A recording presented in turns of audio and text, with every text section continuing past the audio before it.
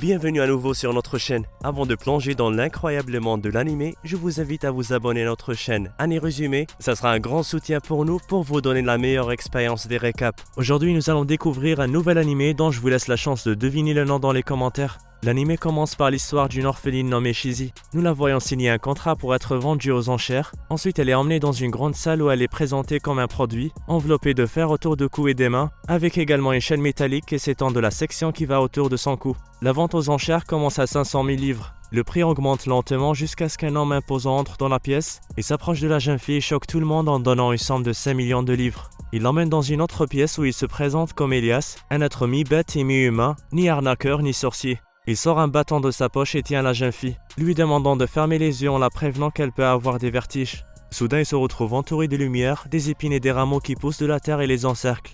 Et en un clin d'œil, il se retrouve dans un endroit totalement différent. La bête révèle qu'ils sont à la périphérie de Londres, dans une partie rurale de l'Angleterre. Il la force à prendre un bain et pendant qu'elle se baigne, des fées entrent par la fenêtre entrouverte et elles disent qu'elles préfèrent ne pas être appelées fées, mais simplement voisins. Après cela, Elias a préparé un très délicieux repas pour la dame. Il informe qu'il sera à son service pour répondre à toutes les questions qu'elle se pose. Et comme il est un mage, il lui dit qu'elle sera son apprentie. Puis il explique les raisons pour lesquelles il a choisi et payé une telle somme et il lui offre un très beau collier. Plus tard, Shizi s'endort paisiblement sur le lit qui sent l'herbe, mais la même fée que nous avons vu plus tôt interrompt sa paix et la persuade d'aller se promener et de découvrir la nouvelle terre. Elias remarque la façon dont Shizi quitte la maison et la laisse partir pour lui donner une leçon. La fée emmène Shizi loin de sa maison et elle arrive à une porte brillante qui mène au pays des fées. Cette petite créature essaie de l'encourager à franchir le portail, mais elle refuse de peur de trahir la bête qui la traitait bien et l'a appelée sa famille. Soudain, Elias apparaît et câline Shizi pour avoir dit des belles paroles à son sujet. La fée parvient à s'échapper et les deux autres rentrent chez eux.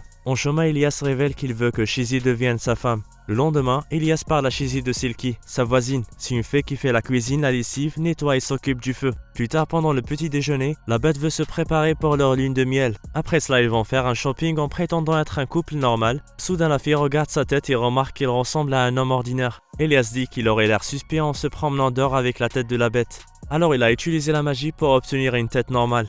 Sur leur chemin, ils croisent Angelica, qui est aussi une mage. Elle fabrique des outils et des engins qui fonctionnent à la magie plutôt qu'à l'électricité. Plus tard, elle explique l'existence de la magie et de la sorcellerie dans ce monde, et elle explique la différence entre les deux. Après cela, Angelica convoque Hugo, son familier, un esprit de l'eau, afin d'aider Shizi et de lui faire essayer la magie pour la première fois. Angelica lui donne une pierre verte, et maintenant elle doit la reformuler pour prendre une forme différente. La jeune fille ferme les yeux et pense à quelque chose de spécial. De façon inattendue, les choses s'emballent et la pierre se transforme en un champ de fleurs et d'herbes. À ce moment-là, Elias rentre par la fenêtre et informe Angelica que son apprenti a des pouvoirs spéciaux. C'est pourquoi il a choisi et a payé autant d'argent pour l'avoir. Sur le chemin du retour, il rencontre le prêtre de l'église du village, Simon, qui est venu avec une punition pour les actions libres d'Elias, et il lui a signé 3 nouvelles missions. Tout d'abord, il lui est demandé de vérifier les dragons qui ont été surveillés en mouvement. Alors qu'il arrive sur leur île, Shizi est kidnappé par un dragon très puissant et son cavalier. Alors qu'il arrive à destination, le dragon laisse tomber Shizi dans la rivière. Et au moment où elle lève la tête, elle voit une énorme créature qui est une race de dragon appelée Nevin. Le cavalier explique qu'il est à la fois le père et la mère de la forêt, portant la végétation sur son corps en décomposition. Soudain, Elias arrive aussi, il invoque des fées du feu pour aider à sécher les vêtements de Shizi. Puis lui dit que le cavalier qui a utilisé le dragon pour la kidnapper s'appelle Lindel, également connu sous le nom de Echo. C'est un mage et le gardien du nid du dragon. Son devoir est de garder la terre des dragons, cachée de la vue des humains ordinaires. Après cela, Lindel informe Elias que des gens causent des problèmes. Alors ils vont en parler en laissant Shizi avec les autres dragons. La petite fille apprécie le temps qu'elle passe avec eux et ils se comportent comme des chiots. Les petits expliquent qu'il va bientôt se transformer en arbre et qu'ils vont tous se transformer en arbre, en mousse et en roche quand ils meurent. Nevin explique qu'en tant que dragon, ils n'ont pas peur de la mort comme les humains. Ils vivent pleinement leur vie et puis d'une manière ou d'une autre, il fouille dans sa mémoire et voit à quel point il était triste après la mort de sa mère et même quand elle a essayé de se suicider. Alors pour lui remonter le moral, il lui dit qu'il va lui donner la chance de connaître la joie d'un vrai vol, car elle ne peut pas voler elle-même. Il n'a pas la force de voler, mais il lui montre le ciel qu'il voit dans son esprit. Dans un de ses souvenirs, il l'emmène à travers son imagination dans un très beau voyage. Il lui fait voir ce que les gens normaux ne voient pas. Tous ces sentiments semblent être le rêve final de Nevin. Les deux mages pensent après avoir vu le dernier des vieux dragons mourir, que même les magiciens sont mis de côté par les temps qui changent et le nombre croissant des humains. Et en regardant Shizi, il voit à quel point elle peut devenir puissante dans le futur. Donc Elias doit l'éduquer efficacement ou elle ne survivra pas avec ce pouvoir écrasant. Nevin conseille alors à Shizi de voler avec son imagination pour voir ce qu'il y a au-delà du ciel. C'est la seule façon pour une personne de vivre sans regret. Et il la remercie d'avoir rendu ces derniers moments magnifiques. La jeune fille a tout vu et s'est sentie inutile face à la volonté de la nature avant de s'effondrer à la fin.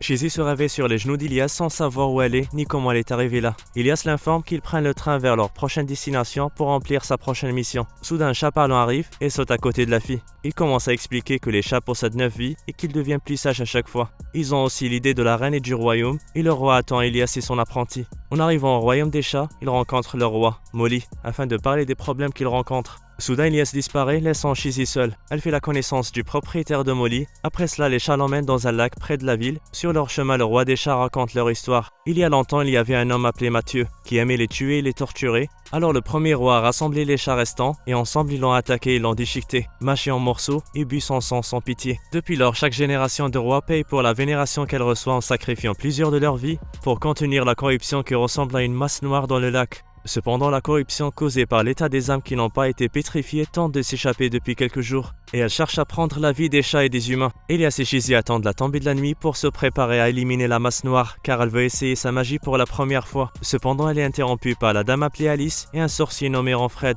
qui semble en savoir beaucoup sur Elias et Shizzy, et révèle que le mage cache des secrets sur le destin de Shizzy et que la mort viendra bientôt à elle. Après cela, Alice explique à Shizzy qu'elle appartient à un type spécifique de personnes qui sont considérées comme des trésors, car elles peuvent créer une réserve inépuisable de magie, mais en même temps leurs corps sont très fragiles, donc après une certaine période de temps, elles s'effondrent. Ensuite, il essaye de la manipuler et de la convaincre qu'Elias ne la désire que pour satisfaire sa curiosité. Cependant, la jeune fille parvient à leur échapper et les chats arrivent pour la défendre. Et Elias arrive à travers les épines et soigne ses blessures. La masse noire continue à grandir et Shizzy la touche pour se retrouver dans ses souvenirs. Et là, elle voit Mathieu qui cherche l'aide d'un sorcier pour guérir sa femme malade Mina. Elle le suit jusqu'à sa maison et inspecte Mina. Peu après, elle sort avec Mathieu et prédit que la femme mourra dans quelques années. Cependant, elle lui dit que seul le sang de chat peut la guérir. Alors il commence à massacrer les chats du voisinage dans l'espoir de trouver un remède, mais Mina le découvre. Elle le supplie d'arrêter de tuer ces animaux, mais il insiste en disant que c'est le seul moyen de sauver sa vie. Soudain, le sorcier entre dans la pièce et force Mina à avaler le remède qui fait que son corps se désintègre et se transforme en un liquide noir. Après cela, le mari qui est devenu fou est tué par le premier roi chat et depuis lors, l'histoire a commencé. Après avoir vu cela, Shizzy voit l'âme de Mina qui la supplie d'effacer la masse noire car c'est le seul moyen de la libérer, elle, Mathieu et tous les autres chats, et de les faire mourir en paix. Shizzy refuse parce qu'elle voit que Mina est innocente et mérite de vivre, mais elle accepte ensuite de suivre sa volonté. En utilisant sa magie, elle rassemble les deux amoureux dans un autre royaume. Entourés de fleurs uniquement, ils peuvent maintenant partir en paix et détruire l'énorme masse qui sauve ainsi tout le royaume. Le trio Ranfred, Alice et Elias discutent de Shizzy et de son potentiel. Elias se demande comment Ranfred a entendu parler de la fille et pourquoi il est si intéressé par elle. Il lui demande aussi qui lui a coupé le bras. Soudain, il remarque comment la fille a effacé la masse noire et l'a détruite avec sa magie surpuissante. Ranfred et son assistant disparaissent ensuite et Elias explique à Shizzy que Ranfred est un sorcier, célèbre pour son dégoût des mages et qu'il a toujours aimé se battre avec lui sans raison. Shizzy est épuisée et elle s'évanouit. Après cela, alors que la bête la tient, elle se demande si sa mort se rapproche vraiment.